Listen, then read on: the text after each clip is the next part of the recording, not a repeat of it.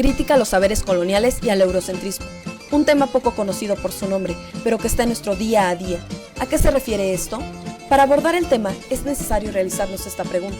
¿Qué es el eurocentrismo? Pues bien, es la tendencia que sostiene que los valores culturales y sociales de Europa Occidental constituyen patrones o modelos universales, es decir, que se esconde el desconocimiento y el desprecio de las demás culturas. Ahora bien, metiéndonos de lleno al tema, principalmente enfocados en América, se sabe que durante la conquista de esta misma se sometió a unos pueblos y se destruyó a otros. 3 siglos después, Alexis de Tocqueville comentaba: ¿acaso no se diría, viendo lo que pasa en el mundo, que el europeo es a los hombres de las otras razas lo que el propio hombre a los animales?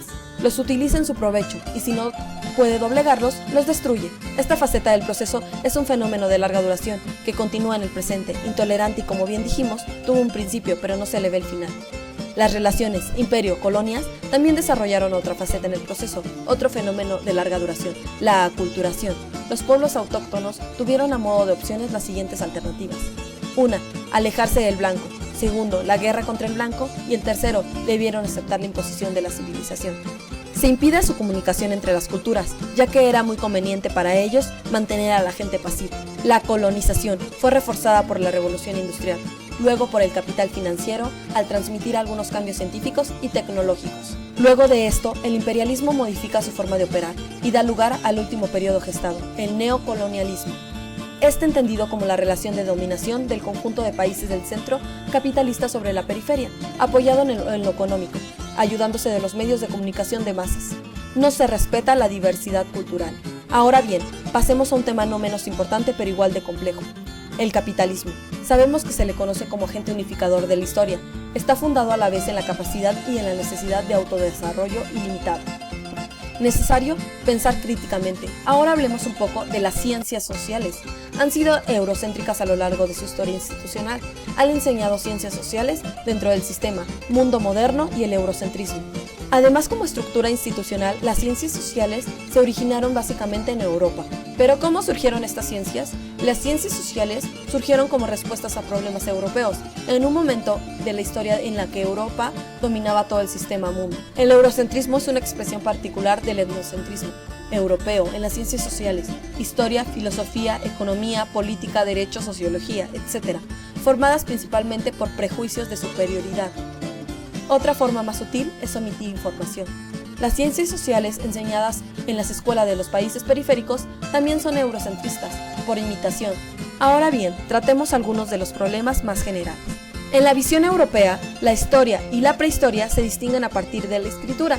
Con este criterio, los pueblos que no inventaron esa técnica no tendrían historia, pero se podría complementar con la antropología y la arqueología. Todavía hoy se enseña la secuencia prehistoria, historia antigua, medieval, moderna y contemporánea, como una periodización universal, cuando solo corresponde a Europa. Dificultades de otros países: archivos incompletos o ausencia de documentación, faltante de historia oral. Este tema sin duda haría cambiar notablemente muchas historias nacionales en América, por la cantidad de tratados y acuerdos realizados y no contemplados en la historia oficial. El concepto de civilización fue utilizado como un principio de distinción entre la Europa moderna, considerada a sí misma como la única civilizada, mientras los otros eran vistos como primitivos y bárbaros. La teoría del proceso moderno es una idea que marcó las ciencias sociales, la cultura y sobre todo la política, introduciendo conceptos tales como desarrollo y subdesarrollo capitalista.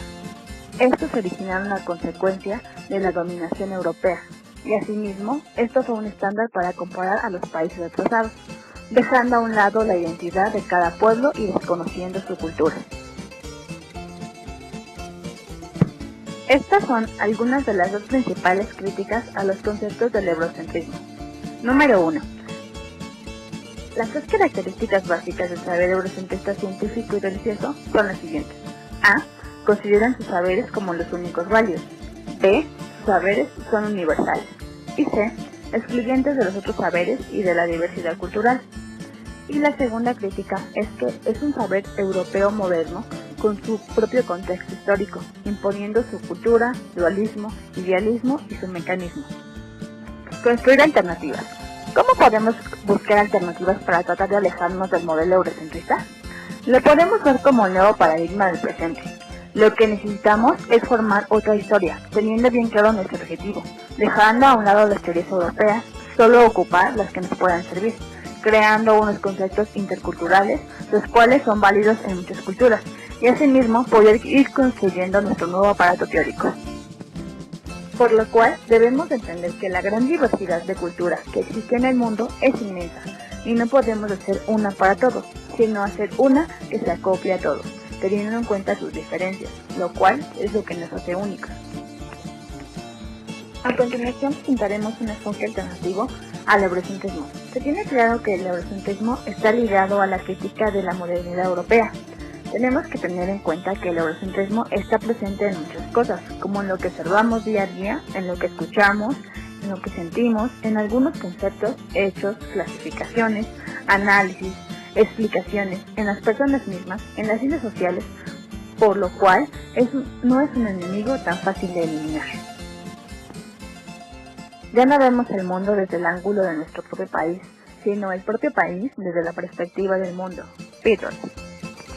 Pero este proceso de cambio y transformación tiene que ser permanente, e ir destruyendo viejos pensamientos europeos e ir construyendo nuevos pensamientos adaptados a nuestra actualidad, junto con nuestra propia cultura, identidad, nuestro origen como un pueblo independiente.